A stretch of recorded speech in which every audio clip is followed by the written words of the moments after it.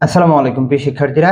ইতিমধ্যে কিন্তু আমাদের রাজশাহী ইউনিভার্সিটির যে পঞ্চম মেরিট লিস্ট সেটাও কিন্তু প্রকাশিত হয়ে গেছে। তো তোমাদের অনেকজনের কিউরিওসিটি ভাই, পরবর্তী মেরিট কবে দিবে বা পরবর্তী মেরিট কি গণবিজ্ঞপ্তি দিবে, না হচ্ছে যে আমাদের স্বাভাবিকভাবে মেরিট দেবে, এবং হচ্ছে কত সিরিয়াল পর্যন্ত গেল, সকল বিষয়ে কিন্তু কথা বলবো। যেহেতু এগুলো বিষয়ে মানে তেমন মানে বোর্ডে দেখানোর দরকার নেই, তো সেই দিকে বিবেচনা করলে তোমাদের মানে আমাদের আমাদের কথা শুনলেই তোমাদের ইনশাল্লাহ হয়ে যাবে। যারা নতুন দেখবো অবশ্যই বলবো চ্যানেলটি সাবস্ক্রাইব করে পাশে থাকতে পারো, যাতে তোমাদের সকল আপডেট এবং গাইডলাইন মূলক ভিডিও আমাদের চ্যানেলে তোমরা পেয়ে যাবে। আর যারা সেকেন্ড টাইম দিতে যাচ্ছ তারা আমাদের প্লে লিস্টে চলে যাবে, ওইখানে আমাদের ফ্রি ক্লাসগুলো রয়েছে, তোমরা করতে পারো। আর যারা ভর্তি হতে চাও তারা আমাদের সেকেন্ড টাইমের মধ্যে আরেকবার তোমরা সুযোগ চাচ্ছ এবং সুযোগ নিয়ে তোমরা টপ টপ বিশ্ববিদ্যালয় এবং টপ সাবজেক্টে পড়তে চাচ্ছ, তারাও কিন্তু আমাদের সাথে যোগাযোগ করতে পারো। কমেন্ট বক্সে দেখবা হোয়াটসঅ্যাপ যে নাম্বারটা রয়েছে ওইখানে। আচ্ছা, আমরা কিন্তু প্রথম মেরিট লিস্টের যদি দেখি তাহলে আমরা দেখতে পারি যে প্রথম মেরিট লিস্টটা কিন্তু আসলেও একটু বেশি গিয়েছে তুলনামূলকভাবে দ্বিতীয় মেরিট লিস্ট থেকে। তো আমরা প্রথম মেরিট লিস্টে কিন্তু আমরা দেখতে পারি যে চতুর্থ যে মেরিটটা দিয়েছিল সেখানে কিন্তু মোটামুটি 1194 প্লাস মাইনাস এরকম ছিল, কিন্তু পঞ্চম মেরিটে কিন্তু আমরা দেখতে পারতেছি যে এটা কিন্তু হিউজ পরিমাণ গিয়েছে, অর্থাৎ মোটামুটি 50-এর মতো। তো এখানে আমরা দেখতে পারতেছি 1240 পর্যন্ত গিয়েছে। কিন্তু আমরা দেখতে পারতেছি যে চতুর্থ থেকে পঞ্চম যে মিনিটটা গিয়েছে সেখানে কিন্তু আমাদের মোটামুটি ভালো স্টুডেন্ট কিন্তু এখানে সিট ফাঁকা ছিল এবং কিন্তু ভর্তি হতে পারছে। তো সকলে কিন্তু এই যে সিট ফাঁকা থাকতেছে এই সিটের মধ্যে কিন্তু ভর্তি হচ্ছে না। তো এটা কিন্তু তোমাদের জন্য একটা সুখবর হতে পারে। দ্বিতীয় মেরিট লিস্টে কিন্তু আসলে অবস্থা খারাপ, সেখানে আমরা মোটামুটি আমরা দেখতে পারতেছি যে চতুর্থ যে মেরিট লিস্টটা দিয়েছিল তো দ্বিতীয় শিফটের মধ্যে, সেখানে 1060 পর্যন্ত যে গিয়েছিল সেটা কিন্তু পঞ্চম মেরিটে কিন্তু কি 1100-র মতন গিয়েছে। তো দ্বিতীয় মেরিটের অবস্থা কিন্তু আসলে একটু নাজুক যদি আমরা প্রথম মেরিট লিস্টের তুলনায় কথা বলি।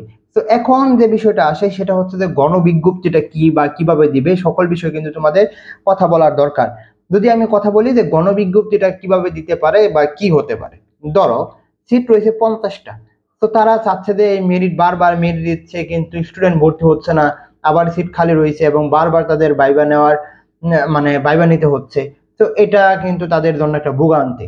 তো তারা যেটা করবে যে মনে করো 50টা সিট রয়েছে মনে করো ফার্স্ট শিফটে, তো তারা যেটা করবে একদিনে কার্যক্রম শেষ করবে এবং কি যারা যারা আসবে তারাই ভর্তি হবে। মনে করো 50টা সিট রয়েছে, এখানে 1240 পর্যন্ত গেছে, তো 50টা সিট খালি রয়েছে মনে করো তাদের ওইখানে হিসাব মতে, মনে করো 50টা সিট খালি।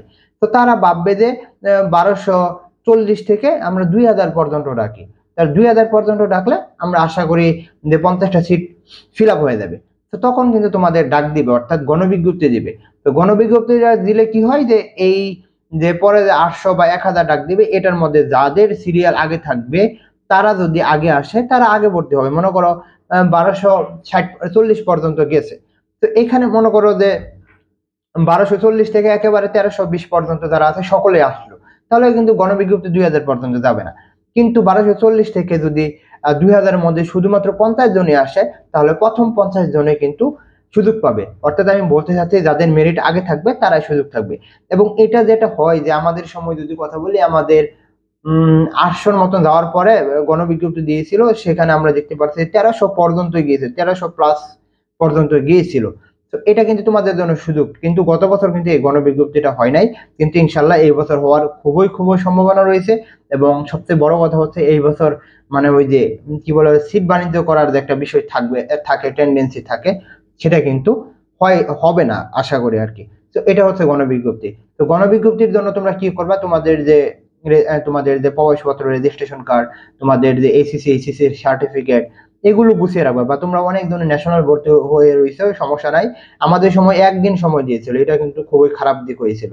কিন্তু আমরা আশা করি তোমাদের কিন্তু এই বছর এরকম হবে না, 2 থেকে 3 দিন সময় দিবে।